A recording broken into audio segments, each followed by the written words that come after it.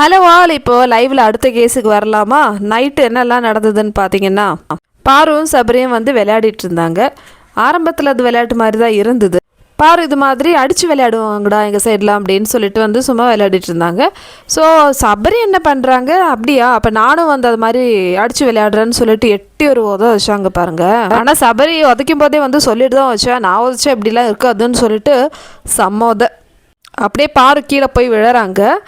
அடிபடாமல் இருந்தது அதுவே பெரிய விஷயம். ஏன்டா இப்படி பண்ணிட்டேன், நான் விளையாட்டுக்கு தானடா பண்ணேன்னு சொல்லிட்டு பாரு வந்து கேட்குறாங்க. ஏய் நானும் விளையாட்டுக்கு தானடி பண்ணேன், நீ ஸ்ட்ரென்த் இல்லை உனக்கு, நீ ஒரு பையன் சபரி, உனக்கு இருக்கிற ஸ்ட்ரென்த்து வந்து ஆப்போசிட் கேர்ளுக்கு இருக்கும்னு தெரியுமா, கொஞ்சம் பார்த்து விளையாடலாம்ல, அந்த மாதிரி தான் இருந்தது. அப்புறம் தடவை கொடுக்குறாங்க, நீ பார்த்துருக்கலாம்லன்னு சொல்லிட்டு. ஸோ திவ்யாலாம் வந்துட்டு நம்ம பிளான் பண்ண மாதிரியே வச்சுட்டியாடா அடிச்சிட்டியாடான்னு சொல்லிட்டு வேற கலாய்க்கிறாங்க. கனிலாம் எழுந்து வந்து பார்க்குறாங்க. பரவாயில்ல இந்த தடவையாவது எழுந்து வந்து பார்த்தாங்களே. அதுக்கப்புறம் கமர்தீனும் வராங்க, என்ன ஆச்சுன்னு சொல்லிட்டு.